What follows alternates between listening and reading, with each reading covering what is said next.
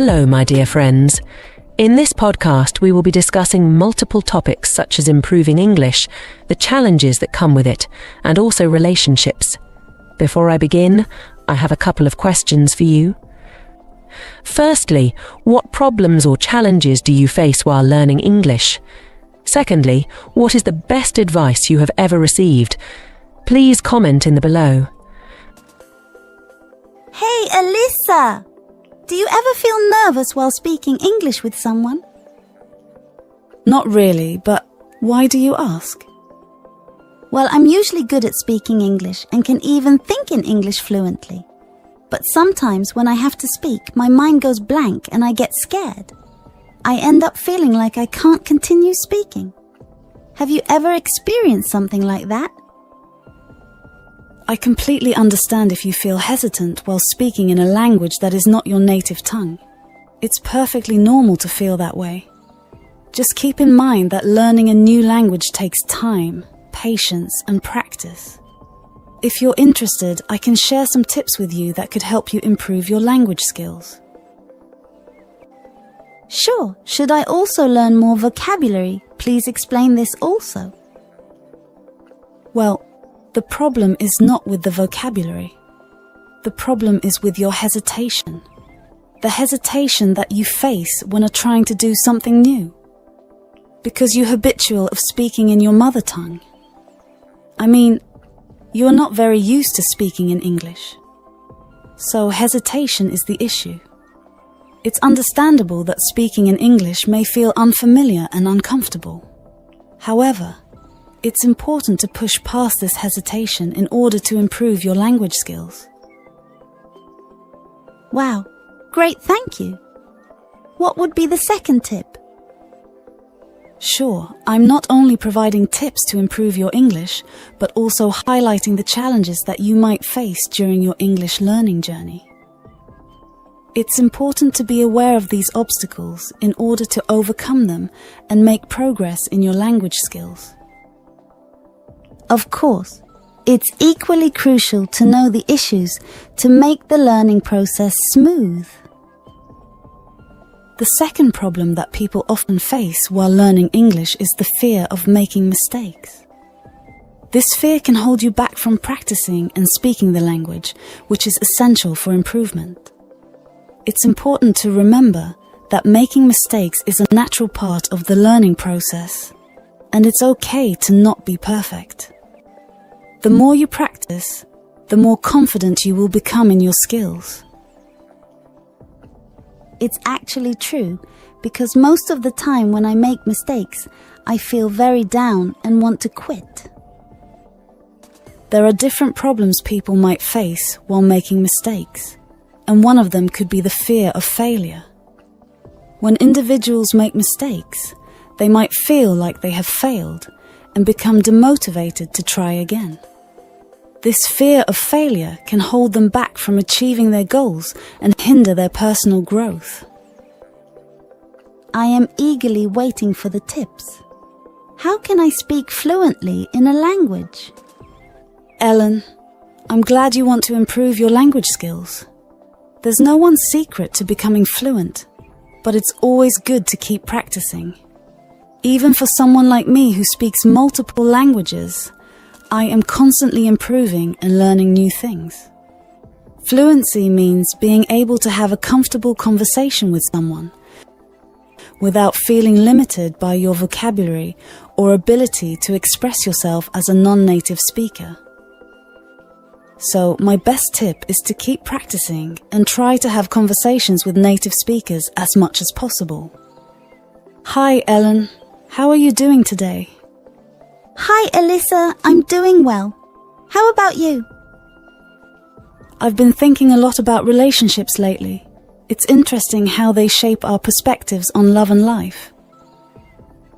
I totally understand. Relationships, whether romantic or not, can teach us so much about ourselves and others. Exactly. And sometimes, those lessons can be difficult to process, but they ultimately help us grow and become better versions of ourselves. Yes, it's all about learning and evolving as individuals. and it's comforting to have friends like you to share these experiences with. I feel the same way, Ellen. It's nice to know that we're not alone on this journey. Absolutely. So what's next for you on your relationship journey? Who knows? But I'm excited to find out. And I'm glad to have you by my side through it all. What are the signs that someone deeply loves you? Because I feel like we live in this world where we're always wondering, do they love me or do they like me?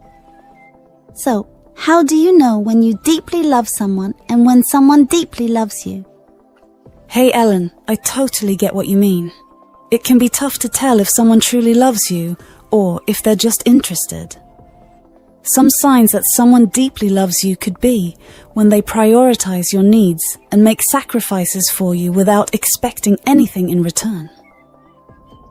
You might also feel a strong sense of trust, respect, and admiration for one another. When it comes to knowing if you deeply love someone, it's all about how you feel. Do you feel happy and fulfilled when you're with them? Do you think about them often and want to spend time with them? These are just a few things to consider. Does that help? Thank you so much for the advice, Alyssa. It definitely helps me understand things a bit better. I agree that understanding my feelings is crucial when it comes to knowing if I deeply love someone. I'll keep those things in mind and reflect on my feelings towards them. Once again, thanks for your help. I have noticed that people tend to fall in love too fast. In my opinion, it's better to go for slow, patient, and understanding love, which is what true love requires. As you mentioned, love is kind, love is patient, and love is understanding. These things take time, and it's important to give yourself that time to truly know if you're in love. Let's talk about old-time love and present love. That's an interesting topic, Ellen. When you say old-time love, what exactly do you mean? Well, I mean the kind of love that our grandparents and great-grandparents had. You know, the kind of love that lasted a lifetime. They didn't have dating apps or social media back then, and yet they were able to find true love and stay committed to each other. I see what you mean. But I think it's important to remember that every generation has its own challenges when it comes to love and relationships. Nowadays, we have more options and opportunities to meet new people. But that also means we have to deal with more distractions and competition. That's true. I guess it's easy to get caught up in the excitement of meeting new people and forget about the importance of building a strong and lasting connection. Absolutely. But I think the key to a successful relationship, regardless of the time period, is communication, trust, and mutual respect. As long as we keep those things in mind, we can find love and happiness in any era. Thanks for sharing your thoughts on this topic with me. Hey, what's your name? My name is Alyssa Mia, but you can just call me Alyssa. So how can I assist you today? Hi Alyssa, may I know where you live? Well, I live in a small town called Oakville. It's located in the southern part of the state. Do you work or study? I'm currently a student. I'm pursuing a 2-year diploma in computer science. After that, I'm hoping to study abroad, either in the UK or the US. I'm really excited about the opportunities that will come with my education, and I can't wait to see where it takes me. What's the best advice have you ever received? That's a great question, Ellen. I would say the best advice I've ever received is to never stop learning and growing as a person. This advice has helped me to constantly push myself out of my comfort zone and seek new opportunities for personal and professional development. By taking on new challenges and learning from my mistakes, I've been able to achieve things I never thought possible and become a more well-rounded individual. It's a mindset that has served me well, and I try to apply it to every aspect of my life. Who is your favorite teacher? My favorite teacher is Mr. Robinson, who teaches my technology class. I really like his teaching style and find his instructions to be the most helpful so far. So, what's your favorite subject? My favorite subject is actually computer science. I find it fascinating to learn about how computers work and how we can use them to solve complex problems. It's a subject that challenges me, but also inspires me to learn more. By the way, what's your favorite subject, Ellen? That's really cool, Alyssa. Computer science sounds like a fascinating field. As for me, my favorite subject has always been biology. There's just something magical about studying living organisms and understanding how they function and interact with each other and their environment. From the tiniest microorganisms to the most complex ecosystems, biology never fails to amaze me. Plus, it's so relevant to our everyday lives, from healthcare to conservation efforts.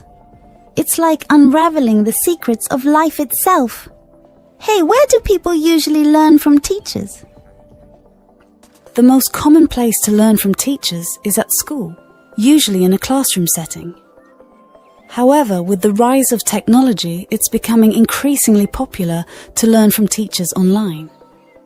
You can attend virtual classrooms or even watch educational videos on platforms like YouTube. Do you like animals? Oh, absolutely. Animals are awesome, aren't they? They bring so much happiness and excitement to our lives. Whether it's a cute puppy playing around or a beautiful bird soaring in the sky, there's just something so special about them. What about you, Ellen? Do you have a favorite animal? Oh, definitely. I'm a huge animal lover too. There's just something so wonderful about the way they bring joy into our lives. I'd say my favorite animal is probably a dog.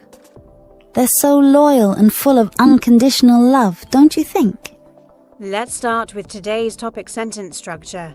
Do you know what a subject is? I think it's who or what the sentence is about. Exactly. Now, can you give me an example? The dog runs. Perfect. What's the subject in that sentence? The dog Correct. And what's the verb? runs. Excellent. Now, let's add more details. How about the big brown dog runs quickly? What's the subject there? The big brown dog. Spot on. And what do we call the part that describes how it runs? And the word quickly? Yes, and that's an adverb. See how it adds more information? Yeah, it makes the sentence more interesting. Exactly. Now, let's try a longer sentence. How about the big brown dog runs quickly to the park? Oh, okay. So the subject is still the big brown dog and the verb is runs. Right, and what about to the park? What does that tell us? Where it's running. Yes, that's called a prepositional phrase. It tells us more about the action. Got it. So the sentence has a subject, a verb, an adverb, and a prepositional phrase. You're catching on. Let's see if you can create your own sentence now. Let me think for a second. Take your time. Try to include all those parts we talked about. Okay. How about this? The small bird sings beautifully on the tall tree. That's a great sentence. Now, let's break it down. What's the subject? The small bird Excellent. And the verb? sings. Perfect. What about beautifully? That's the adverb, right? It tells how the bird sings. Exactly. And what about on the tall tree? Oh, that's another prepositional phrase. It tells where the bird is singing. Correct. You've got the hang of it. Let's try making it even longer by adding more details. And maybe the small, colorful bird sings beautifully on the tall tree near the lake. That's wonderful. Now, what's different about small, colorful bird? It has to adjectives. Spot on. Adjectives help describe the subject in more detail. What about near the lake? That's another prepositional phrase, right? Exactly. You're getting so good at this. Now, let's switch things up a bit. Try making a sentence where the subject is something non-living. Okay, how about the red car drives fast through the busy city streets? Excellent. Let's analyze it. What's the subject? The red car. Correct. And the verb? Drives. Perfect. What about fast? That's an adverb. It tells how the car drives. Righty, and through the busy city streets. That's another prepositional phrase. It tells where the car drives. Fantastic. You're really getting this. Now, try making a question using a similar structure. And why does the red car drive so fast through the busy city streets? That's brilliant. What's the subject in your question? Still the red car, right? Yes. And how did you change the sentence to make it a question? I added why at the beginning and switched drives to does drive. Exactly. In questions, we often use helping verbs like does to structure them properly. Great observation. This is kind of fun. I'm glad to hear that. Let's try something more creative. Imagine a sentence with a subject that's an animal doing something unusual. Okay, how about the clever fox jumps carefully over the sleeping bear to grab the picnic basket? That's fantastic. Let's analyze it. Subject, the clever fox, verb, jumps, adverb, carefully, prepositional phrases, over the sleeping bear and to grab the picnic basket. Amazing, you've included two prepositional phrases. That's advanced. Thanks. I think I understand sentence structure a lot better now. You've done an excellent job. Ready to practice writing a few sentences on your own next. I see, so even small effort counts as long as I don't quit.